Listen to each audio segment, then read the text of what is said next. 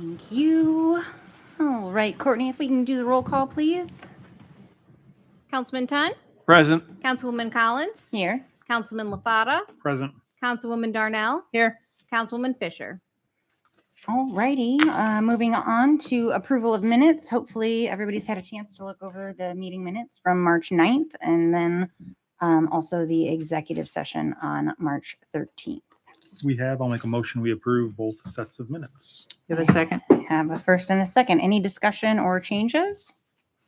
Hearing none, all those in favor signify by saying aye. Consideration of claims. I will announce that the claims have been distributed to the members of the council and that they have been reviewed. And I will include a motion that they be approved. I have a first And a second. and a second. Any discussion or changes? All those in favor signify by saying aye. Petitions and public comments from the floor. If there's anybody here that would like to address the council, you can come to the podium, state your first and last name and your address. Seeing none, we will move along. Reports from officials and department heads. Police. The only thing I will say is based on our earlier meeting, I wanted to thank the council for funding those weapons, and our officers will be excited to hear that. And they will likely hear that in an email this evening from the assistant chief. So we appreciate it. Very good. Thank you for also for, putting part of that money in to make that happen. So Thank you. we Appreciate appreciate that. Fire. Couple things, council. Good evening, first of all. This coming Saturday, March 28th, 4600, we'll hold the Easter egg hunt at 10 a.m. at Dogwood Park. They've done that for the past 3 years for ages 1, 3, 4, 6, 7, and 10. And those on the local Facebook page. And if anybody needs special accommodations, they are in email. Firefighter Chad Holt at chestertonfire.org.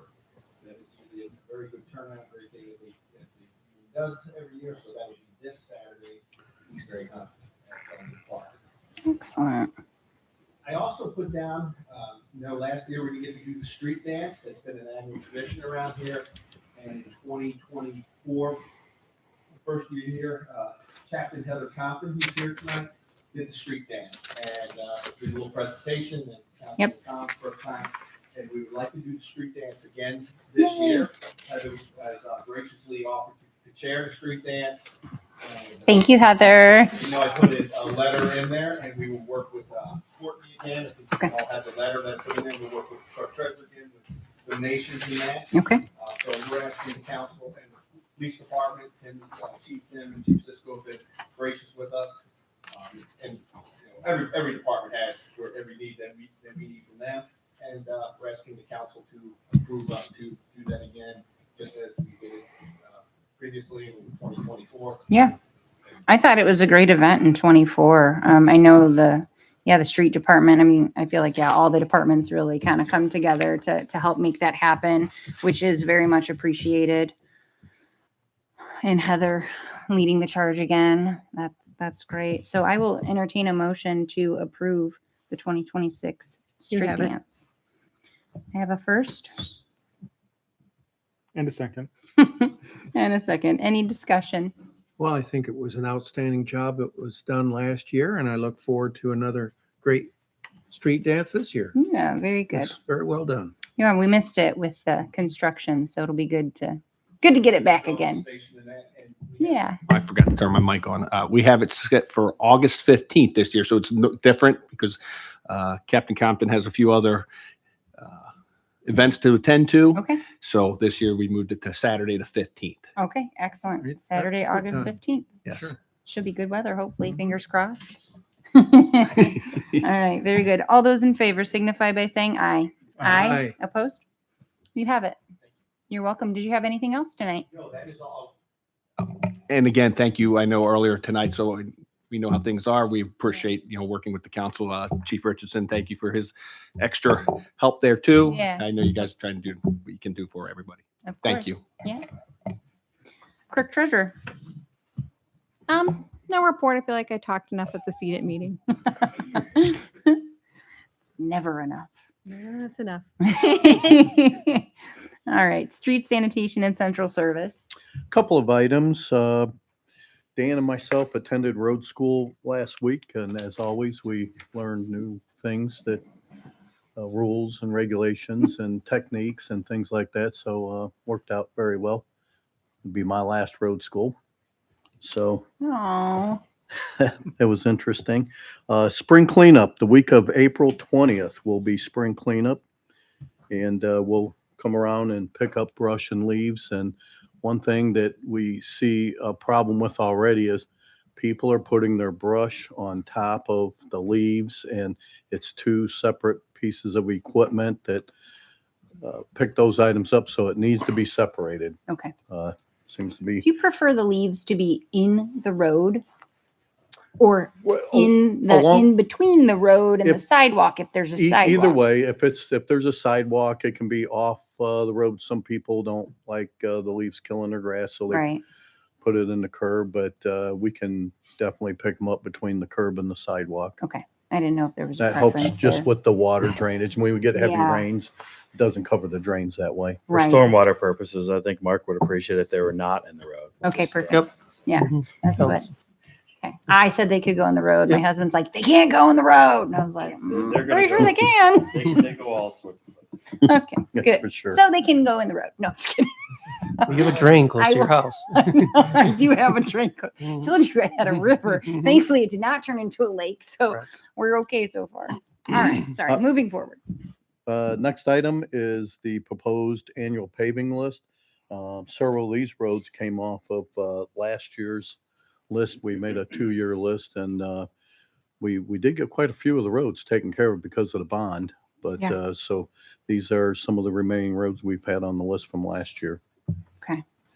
So we would just like to get approval to move forward with paving those. We have our bids in, and Yeah, I'll make a motion. We approve the proposed annual paving list. Second. I have a first and a second. Any discussion? Questions? All those in favor signify by saying aye. Aye. Opposed? You have it. that's all I have. I think Dan has a couple of items.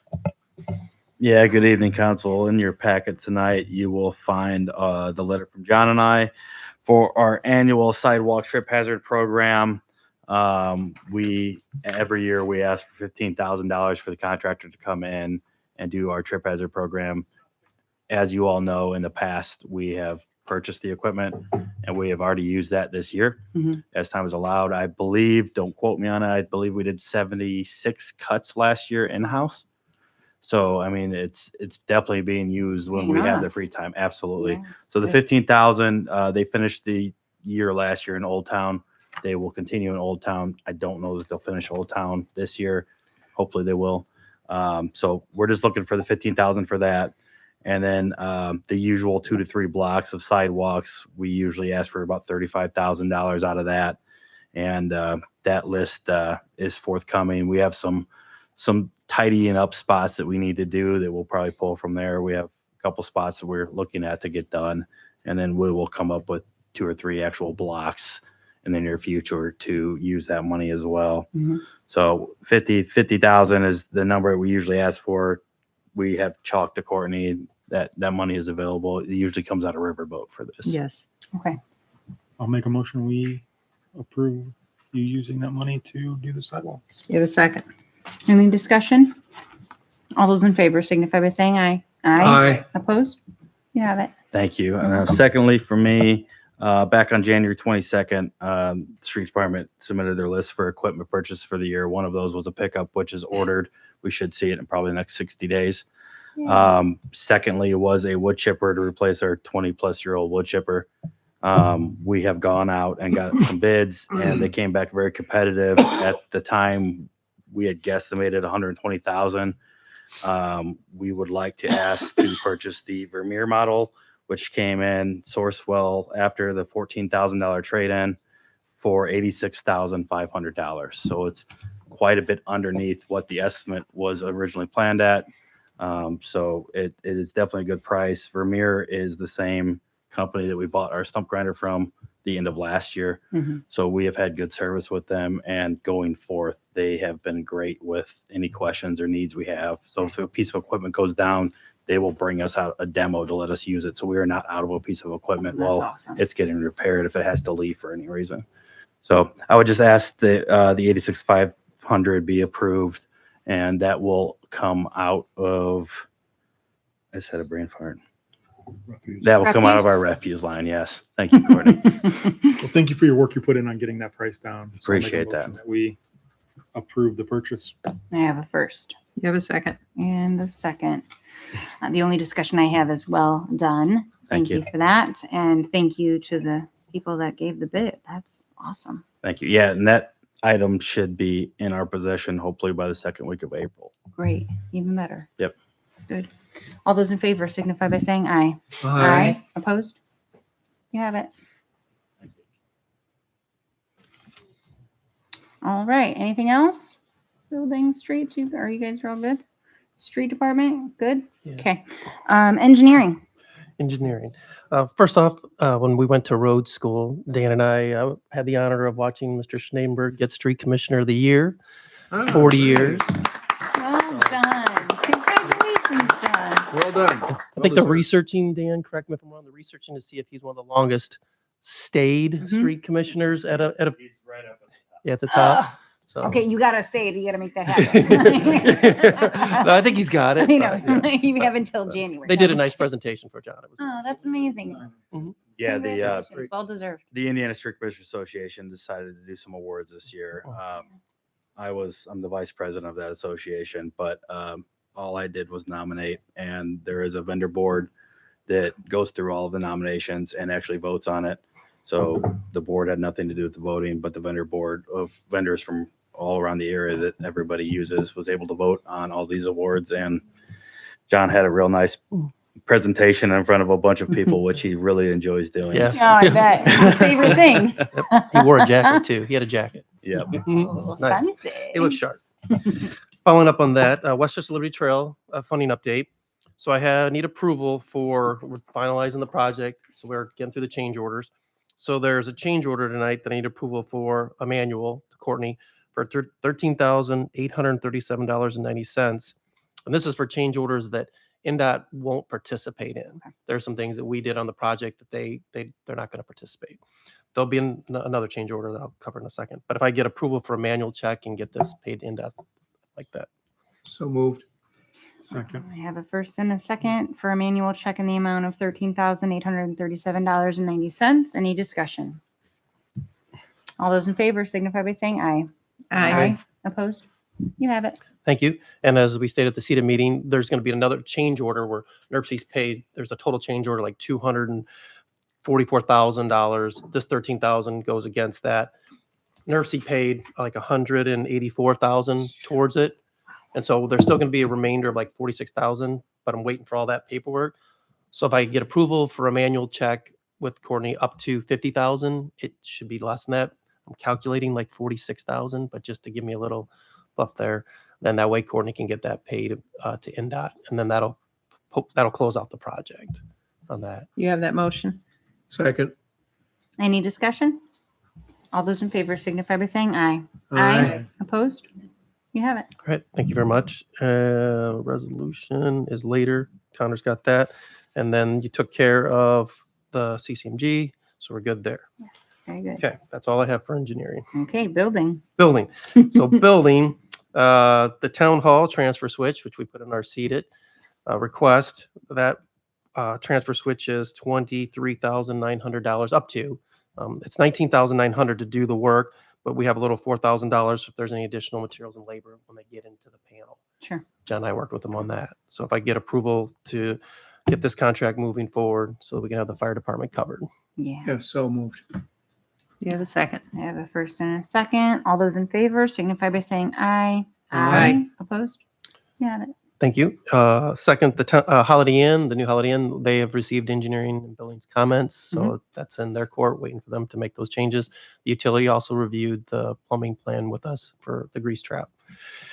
And then last, Tacoverse, the old Pizza Hut building, they provided occupancy on Friday, March 20th. So just last Friday. I actually don't know if they opened Sunday. I was out of town, so I don't know if they physically opened, but we gave them occupancy. So Wonderful. people can look forward to a new Mexican restaurant on that side because El Salto's has closed on Okay. that side. So, Yeah. so we wish them good luck. Yay. That's all. Excellent. That's all I have. All right. Very good. Park. Good evening, council. So we're busy, preparing the parks for the upcoming season. Our goal is to have all the restrooms open by April 15th at the latest. We'll be adding mulch to the playgrounds and doing some other maintenance-related items to get the parks ready. For park bond projects, so we have some movement on several smaller scale projects for now. We're working on installing additional shade structures at the Chesterton Park. We're resurfacing the basketball and tennis courts at Wascom Park. We're renovating the Dogwood West ball fields, and we're working on upgrading a few of our drinking fountains. This would be in collaboration with the Sustainability Commission. We have like to get a bottle filler station at Thomas Centennial Park, and then one at 5th Street at Chesterton Park as well. With the European market and all the events at Thomas, a lot of water bottles being accumulated there. Yeah. And then with 5th Street and Chesterton Park, with the pickleball courts, our cans are overflowing with plastic bottles there as well. So Okay. that's something that, again, we're doing in partnership with the Sustainability Commission. Excellent. A few of the larger projects, we talked about repaving the Parade Duneland Trail earlier. We also have a few others that are in the planning design phase, the Coffee Creek Boardwalk improvements. We're working on a few lighting projects, and then the Dogwood East redevelopment with the proposed dog park and skate park, amongst a few other items. We're just reviewing a few grant opportunities and trying to decide and figure out which projects fit the right opportunities. Excellent. Very good. Thank you, Tyler. Yep. Will those drinking fountains, the refillable ones, are they going to have a pet fountain also, or are they just going to be the refillable bottle? They'd be bi-level with a standing height and an ADA height Okay. option with a Great. bottle filler too, and then the pet station. Oh, very cool. Got to have those. Yeah. I know my dog loves the ones at Dogwood. I heavily rely on them. Great. Okay. Attorney. Good evening. The only thing I have tonight is a request to add resolution number 2026-04 to your agenda under ordinances and resolutions. Okay, very good. It is added. All right. Utilities. Dave's out sick. Nothing to Okay. report. We wish him well. Mhm. Economic development. Jennifer could not be here this evening. She asked me to give an update. Things are going well with the comprehensive plan. There is an upcoming steering committee meeting. Things are moving forward. So And if I could have a point of privilege, you can, of course. as you know, and the people in the room know, we have not had a town manager for some period of time, or anybody helping to coordinate the economic development aspects of our town. And in consultation with the president and the economic development liaison, it's been recommended that we consider filling an open position of economic development coordinator to the town of Chesterton. And this would be someone in a line position, not staff. No, line, yes. And that person would be responsible to Consul Jennifer, who's in charge. She's the economic development liaison. But the coordinator would work directly with Consul Fisher. Mhm. And it would be a line position, not a staff position, as I said, responsible for any time that there's a need for representation or a ribbon cutting, open house of a business, any information needed for someone interested in business, opportunities in Chesterton, maybe possible fundings, would be available to attend forum, the Dunes tourism, NERC maybe, Porter County Redevelopment Commission, all kinds of different meetings that we aren't represented at, except with NERC, of course. But I'm not representing the town. I'm on the executive board, so it's a little tough sometimes for me to play dual roles on that. Mhm. So someone that would be able to go to those meetings, attend those special events, attend a chamber, welcome, see that somebody is welcome when they're setting a business up in town. Jennifer Fisher has done a tremendous job at trying to cover 2 jobs and work full time and all her other, and she'd be embarrassed if I went into any detail, but she's so involved that it's asking her to do, and she has done, service above and beyond. Hmm. So we have this position that is now vacant, that is there's money in the budget because the position hasn't been filled. Mhm. So we're not asking for anything additional that isn't in the budget. Mhm. But those would be some of the duties of the Economic Development Coordinator. Mhm. And that would be the title that I think she's comfortable with and I'm comfortable with. Mhm. Not a director of anything, but a coordinator to Mhm. work between staff on the department heads and the council. And I think that I know that she has offered to draw up a tentative job description Mhm. and then submit it to the council Mhm. for approval. Mhm. And that would be our decision then if we wanted to amend it or revise it in some way. But this person then would be an interviewed employee that would do some of the things that I've kind of outlined Sure. in bits and pieces here. So we're not missing the opportunity to welcome some of these people who are investing in our town Of with their course. business. Yeah, and I fully I support that, and I think it's important too when we have, these ribbon openings and things of that nature. This person could know about those and attend those. It would obviously be a salary type position, not Exactly. 9 to 5. It would have to be something flexible.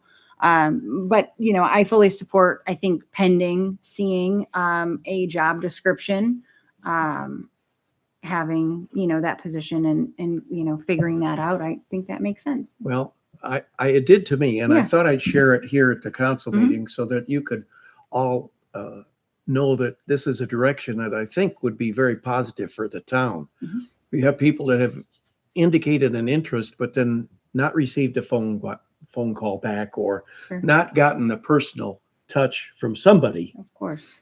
that this would fill that gap. Yeah.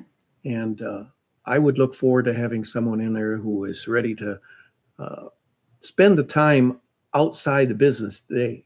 Of course. That if somebody's opening a business, we need to be there. Sure.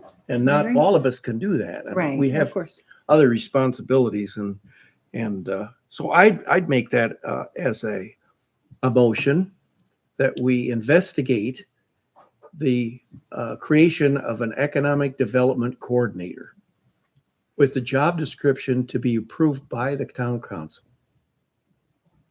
All right. I have a motion You have a second. and I have a second. Any other discussion? No. All those in favor signify by saying aye. Aye. Opposed? Very good. Well, thank you very much. And as a Thank second part of that, we have the need to get our new banner out that we have approved by the council already. Chesterton, Heart of Dunland. Chesterton, Heart of Dunland. And that needs to be on our stationery hmm and it needs to be on our website.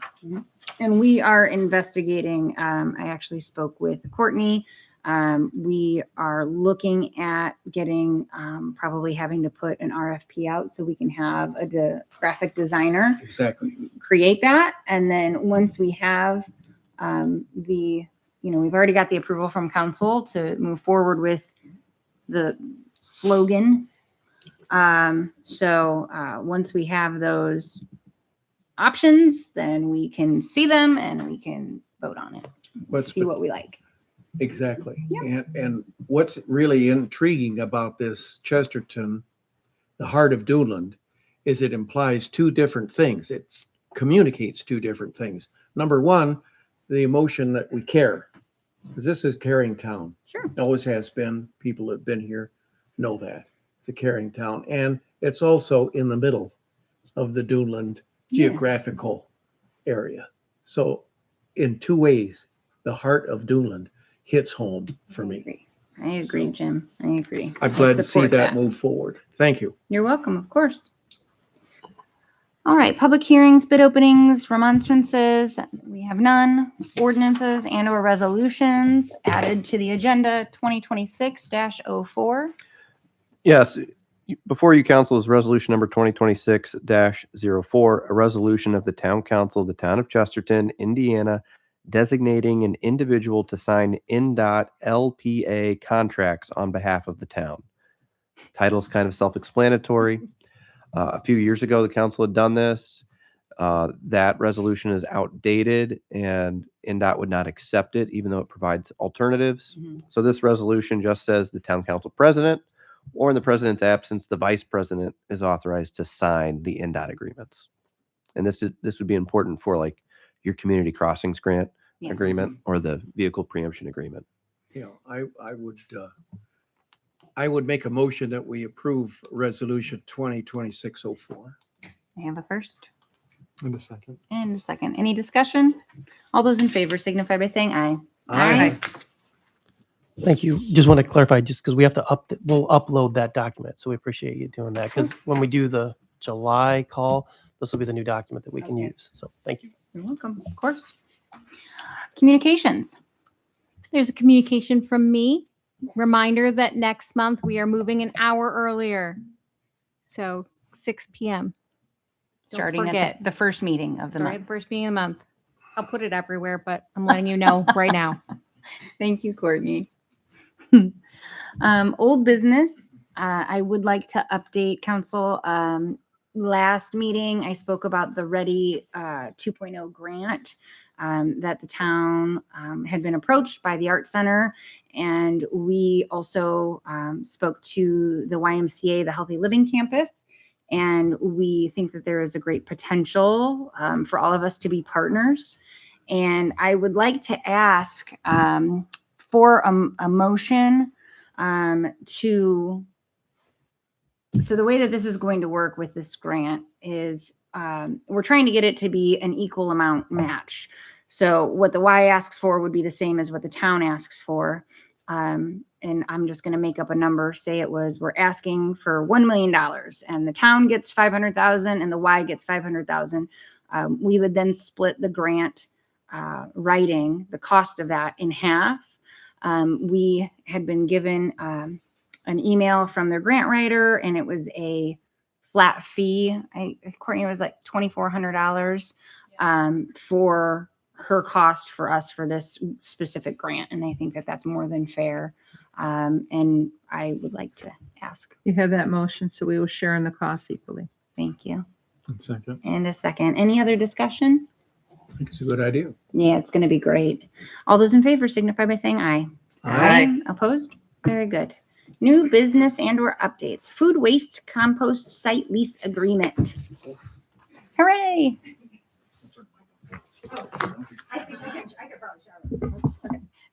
There actually is a program, so or there's a PowerPoint presentation I know is on the screen. Oh, perfect. That's okay. It's coming. You're okay. My name is Carrie Mars Barone. I'm the director of the Recycling Waste Reduction District. So we're super excited to be here in front of the Chesterton Town Council. About 3 years ago, we piloted a food waste program through the city of Valparaiso because they were just a pilot, literally one block from our office. So we knew we could manage and handle it. What we've discovered is this has been really successful and we have had so much success and demand from our residents. We've actually had a little bit of a touch with the Coffee Creek Market here in Chesterton. So I have a really quick just presentation to give you a little bit of background of food waste and what our plans are with the town council and also with the Parks Department. So Awesome. Next slide, please. Just so that you know, about 30% of our garbage waste is actually food waste. That's kitchen scraps. So that's your banana peels, that's your avocado, your lettuce, food that rotted in your refrigerator. It actually gives off a lot of methane gas, which is one of the detriments to the ozone layer. So we're just trying to, now looking at gas prices just from today alone, how can you reduce what you put in your waste, how much you haul away? John and I were talking about this. You have a stinky watermelon or a cantaloupe. It fills up your garbage bag and you're literally like, I'm getting that out. So you didn't use a full garbage can. You can use this program so it helps reduce waste. So, and then it gives back to earth. So next slide, please. So this is just an example of what we did in Valpo. You can see where we set up the tent. And then what you can see, we have a 24/7 in the bottom right corner, and that's currently at the Bonta Center. Those are they're literally 25-gallon, they're not 25-gallon, they're about 25 pounds totes.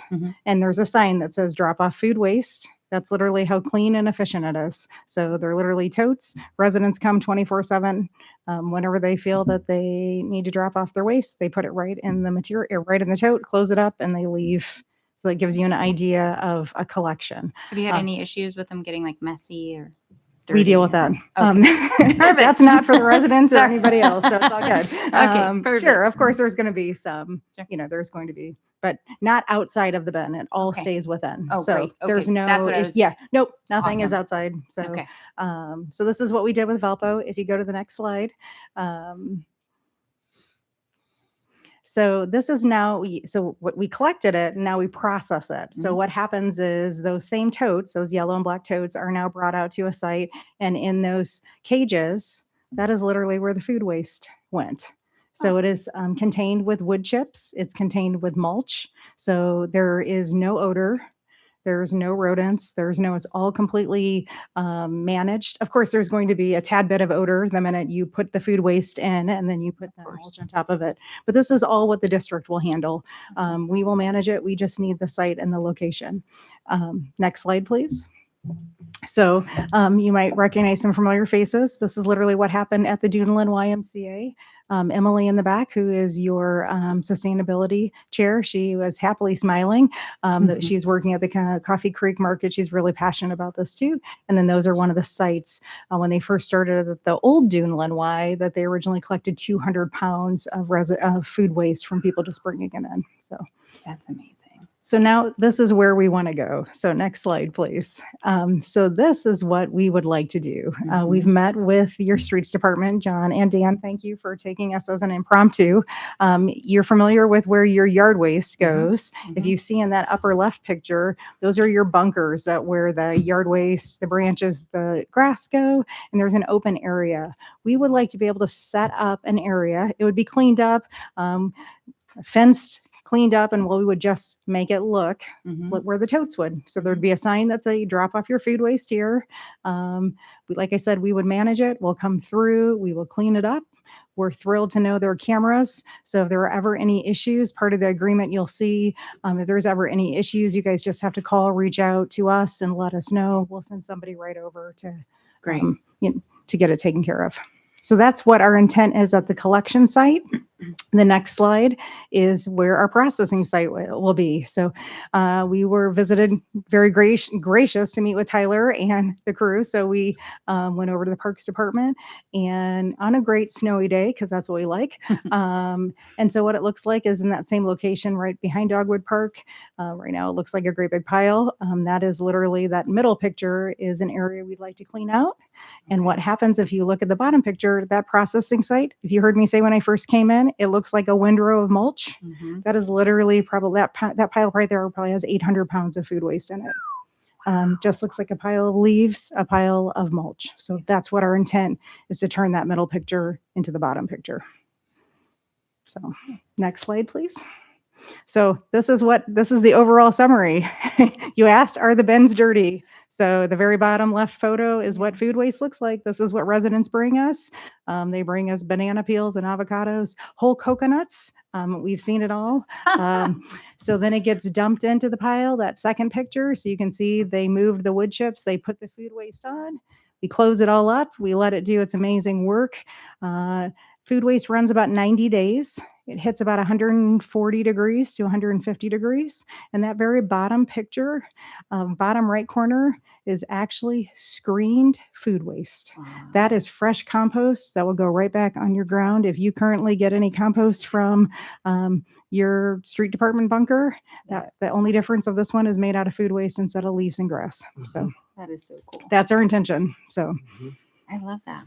So that's so cool. So rough estimate, literally January 2026, Mhm. we have collected 36,000 pounds of Wow. food waste between these small programs. So, and you can see we've had a lot of people jump in. We have Starbucks locations. One day you'll meet Joe Dirt. We call him Joe Dirt. He's our food waste gentleman. He loves to go by Joe Dirt. And I mean, it's a sickness. And I apologize. Please Yeah. don't put that in the notes. But we all have a sickness. It's literally like, oh, I go to the restaurant. You go somewhere and you're like, oh, how do I do this? So Mhm. we have people who just contact Deb and Thousand. Starbucks. There's a Starbucks that's happy to just give us their coffee grounds. The That's Coffee Creek amazing. Market was just last year, and about 4,500 pounds came through. So in front of you, you have an agreement. What the agreement is, currently, we like to stay under items radar because we are experimenting with this project as well. You're our first really municipality to try it at a site. So this is exciting. We have to keep it under 300 square feet. That's what item tells us. So we're really good. We know our measurements. We know where we can, we're great at math. So we keep it under 300 square feet. And that's what our intention is to go ahead and sign a 1-year site lease agreement with the town and try it out at the street department and, start collecting it and see how it goes and hopefully expand it and even make it bigger and better. So, Yeah, I think this is fantastic. I talked to Emily Brettel with the Sustainability Commission, and she just glowing Yeah, recommendation yeah. for this. And the agreement is, I mean, there's 1,000 ways if we decided something, I mean, for any reason, we just call you guys pretty Yeah, much take care of everything. So Yeah. I really appreciate that too. So And Carrie, I think the important point you made was the collection is at one spot. Correct. And then RWR moves the material to Correct. the compost site. that is correct. So that doesn't To the involve- processing site over at the Parks Department. Yep. Right. Yep. That doesn't involve any No. street department. Yep. Nothing. Involvement physically to do anything with that. Correct. And- Absolutely. And there's probably 4 or 5 escape hatches out of this contract Of course, that it was should written by our anything go attorney first. yeah. So, sure. We're protected, the town's protected that way, and we appreciate your thoroughness in seeing all those I's were dotted and T's crossed. Yeah, of course. I always don't like alarm people, but the very first 2 things I like to say is no, the critters do not get in it, and no, there's not odor. I could actually show you a trail cam photos that we laugh when it's cold. Yes, at some of the sites, there's a trail cam. You'll see animals come through, Mhm. but they literally stand right next to the pile because it's warm. They the only Smart. the only scavengers we have on it, which is really funny when you think about it, are birds. Oh, funny. There are no, the reason the birds, they sit on the top because compost decomposes and it's loaded with worms. Mhm. So literally how you know that is because you can see these like little peck marks and you're trying to figure out what it is until you looked on the, it's only on the top of the pile. And yes, they were searching My for the dog worms. sitting next to the vent. Yes, So they're having dinner on the pile. correct. So that, And whatever they take will go away. correct. Yeah. All right. So I will entertain a motion to You have approve. it. I think it's a great idea. Have a first In a second. and a second. Easy, Any great. other discussion? All those in favor signify by saying aye. Aye. You I have would it. Thank you. Like to say as a due diligence, the district also said we would pay a whopping $1 because we are we are good stewards and we want to be diligent. So I actually have my $1 check. Perfect. Since you've signed, You can we'll give it- that to please cash Courtney. it. Please cash it. Yes. She's the one that gets the checks. Thank you so much. Thank you. Thank you, Carrie. Thank you, Carrie. All right. NERC. Well, we did have a meeting. We got enough people to have an executive board meeting. There are 53 people on the full commission, and we need 27 to have a quorum. We didn't make that, but we did make the executive board on the 19th. So that was done. And there was a long discussion between Ty Warner, the executive director, and the executive board, and people that were there that did come to the meeting. Well, they didn't add up to a quorum. That what are the state's requirements for the Northwest Indiana Regional Planning Commission? What exactly are we supposed to do? This commission was established by state statute. and it's funded with public money. And one of the qualifications for its creation was that every municipality would have a representative who would be their representative on the full commission. And if they wanted to run for executive board or an office, they could do that. But they have to be every town or municipality in the LaPorte, Porter, and Lake counties. That's why there are 53 people. Has to have a representative. Now, those representatives can't miss more than 3 meetings. Or the commission is required to notify that municipality or town that it is their duty to staff it with another person. Choose somebody else to do it. This person isn't doing it. And that's going to start to cycle out now. We will lose our funding. And you know what NERC's done for Chesterton as far as funding. Absolutely. We don't want to lose that. No. Why other people don't want to access it is unfathomable to me. I don't know why that the application process isn't that rigorous that you can't at least make an approach on something. But there aren't enough people there to get the full commission right now, and we still need to pass the budget. So we're going to the mat. We're going to start sending some letters out to these municipalities who haven't had anybody at the meetings. If they missed 3 meetings, the chief executive will be asked to not notify them that they're bad. No, that's not, it's too late for that. Right, we're done. Yeah, So very good. that's headed down the road. So I'll keep you posted on where that's going. We're not in any trouble. Sure. Uh, I do want to say congratulations to you as well. I saw that you had been awarded perfect and well done, Mr. Ton. Thank you. And thank you so much for your, dedication to Appreciate that. on behalf of the town. Between the full and the executive board, it's every month. Yeah. But it pays off if you just,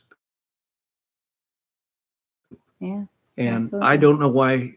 I have the list of all of the, I'm not sharing it, but I have the list of all the 26 commissioners who have violated the state statute. Make it public. No. No. We won't do that, but they will be contacted. That's not my Fair enough. not my responsibility to do that. The staff will take care of that, but they'll be notified that they need to be at the next meeting or they're Yes. gone. Well, thank you for that update. For comments from the board, I am going to start off. I'd like to take a moment just to update our residents on an important public safety Chesterton residents and the Chesterton Police Department. The county commissioners have approved a revised dispatching procedure that is set to take effect on April 1st. This SOP, or standard operating procedure, as is currently written, could at times put our officers and our residents in jeopardy. This is first and foremost a public safety matter. The towns of Chesterton and Porter, along with both of our police chiefs and assistant chiefs, have expressed serious concerns about this standard operating procedure. The county's procedure is contrary to the Chesterton Police Department's established dispatching protocols, which could delay response times and send our officers into emergency situations without the critical information that they need. These concerns are not political in nature. They are operational concerns that directly impact the safety of our officers and, in turn, the safety of our residents. On February 9th, 2 council members, myself included, of the town of Porter, and along with 2 members of the Chesterton Council, met with County Commissioner Ed Morales and Jim Biggs to discuss this standard operating procedure. During that meeting, we were given a clear commitment that no final action would be taken until revisions were made and all stakeholders had an opportunity to review those changes and to come back together for further discussion. Following that meeting on March 25th, the county provided what was described as a revision. However, that revision did not meaningfully address the concerns that had been raised on February 9th. Despite that, the SOP was still moved forward and passed. On March 10th, we formally responded, which was the date that they had passed it, and requested the follow-up meeting that had been agreed upon prior to any final action being taken. That meeting is now scheduled for this Friday, March 27th, which would have been far more beneficial had it occurred before the SOP was passed, as had been committed to. I just want to be very clear. Our goal has been and continues to be to handle this professionally, collaboratively, and in good faith. We have made every effort to work through this in a constructive way. However, we are now in a position where we must advocate strongly for the safety of our officers and our community. As I said, we have a meeting scheduled this Friday with the county, alongside the Town of Porter Council President, both of our police chiefs, and the County E911 Director, Deb Gunn. Our hope is to make it clear that these risks are unacceptable for us and to work toward a revised procedure that both Chesterton and Porter can support and that ensures the safety of everyone involved. Our officers deserve clear, effective procedures that support them in the field, not language that creates confusion or risk in critical moments. And our residents deserve to know that when they call for help, the systems in place are working as safely and efficiently as possible. We remain committed to providing the highest quality of law enforcement and public safety that the residents of Chesterton deserve and expect. That's it for now. Would you be able to clarify those SOP conflicts that is causing this type of a disruption and a concern? I can. I think Connor can explain it a little more succinctly than I will. I'll summarize the language change, but I'll ask Assistant Chief Rodriguez to explain what that means for the Chesterton Police Department operations. The standard operating procedure says that the county, when it receives a 911 call, they will dispatch a CAD, that's computer aided dispatching, a CAD recommended officer to respond. And the county won't speak to our officer after that. They'll rely on the Chesterton and Porter Dispatching Center to communicate with the officer. But the county dispatcher will remain on the line with the caller and won't transfer the call to the Joint Dispatching Center. And I'll turn it over to Assistant Chief Rodriguez to explain what that means for the responding officer and the dispatcher. Sure. Good evening, Council. To my knowledge, the current way that we handle and process the 911 calls has been the same going back to at least 2014 when the Consolidated Center began and we stayed back. Currently, when we get a 911 call, it goes to the county. If it's a Chesterton or Porter police matter, that calls transfer to our center. They have the capabilities. The phone rings, they answer it, and then are able to dispatch officers under the call, do all those types of things.